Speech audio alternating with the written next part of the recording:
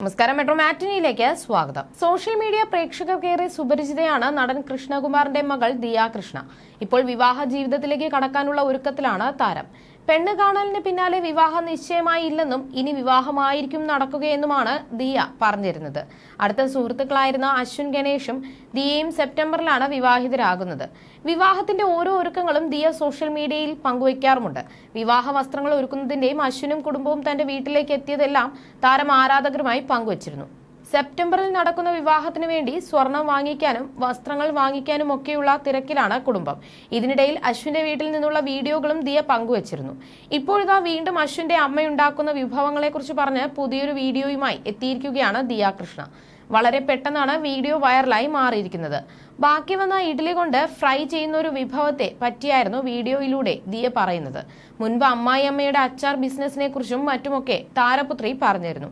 എന്നാൽ വിവാഹത്തിന് മുൻപേ ഭർത്താവിന്റെ വീട്ടിൽ താമസം ആരംഭിച്ചോ എന്ന് ചോദിക്കുകയാണ് പലരും. കമന്റ് ബോക്സ് നിറയെ ഇത്തരത്തിലുള്ള ചോദ്യമാണ്. ദിയ ദയവായി നിങ്ങളുടെ കുടുംബത്തോടും മാതാപിതാക്കളോടും ഒപ്പം നല്ല സമയം ചെലവഴിക്കൂ. കാരണം നിങ്ങൾക്ക് ഈ സമയം ഒരിക്കലും തിരികെ ലഭിക്കില്ല. വിവാഹശേഷം അശ്വിൻ എപ്പോഴും നിങ്ങൾക്കൊപ്പം ഉണ്ടാകും. എന്നാൽ വിവാഹശേഷം നിങ്ങൾക്ക് നിങ്ങളുടെ കുടുംബത്തെയും വീടിനെയും ശരിക്കും നഷ്ടമായതുപോലെ തോന്നും. പിന്നീട് നിരാശപ്പെട്ടിട്ട് കാര്യമില്ലെന്നാണ് ഒരാൾ പറഞ്ഞത്.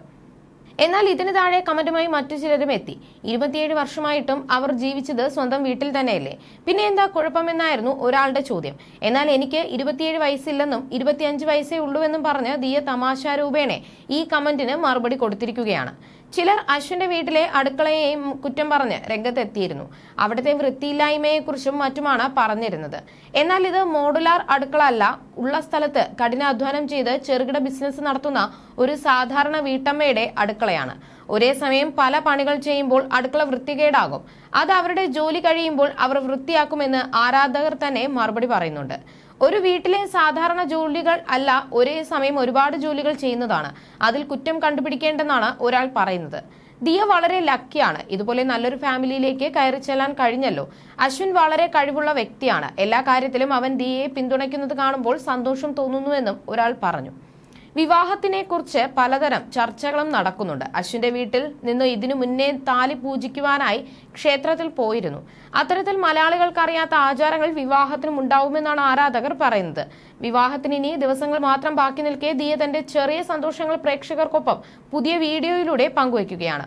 കുറച്ചു ദിവസങ്ങൾക്ക് മുൻപ് ദിയയുടെ കുടുംബം അശ്വിന്റെ വീട്ടിലെത്തി താമ്പൂലവും മുല്ലപ്പൂവും ക്ഷണക്കത്തുമെല്ലാം ഏറ്റുവാങ്ങിയിരുന്നു. കൃഷ്ണകുമാർ ഇനിയുള്ള കുറച്ചു നാളുകൾ വിദേശത്തായിരിക്കും എന്നതുകൊണ്ടാണ് എല്ലാവരും അതിനു മുൻപ് സമയം കണ്ടെത്തി അശ്വിന്റെ വീട്ടിലെത്തിയത്. കൃഷ്ണകുമാറും ഭാര്യ സിന്ധുവും മക്കളായ അഹാനയും ഇഷാനിയും ഹൻസികയും സിന്ധുവിന്റെ മാതാപിതാക്കളും എല്ലാം ചേർന്ന് 10ഓളം പേരാണ് അശ്വിന്റെ വീട്ടിലേക്ക് എത്തിയത്. You're watching me on metromatney.com. metromatney.com. Subscribe for more videos. Subscribe for more videos. Subscribe here for more videos. Subscribe now. Thank you.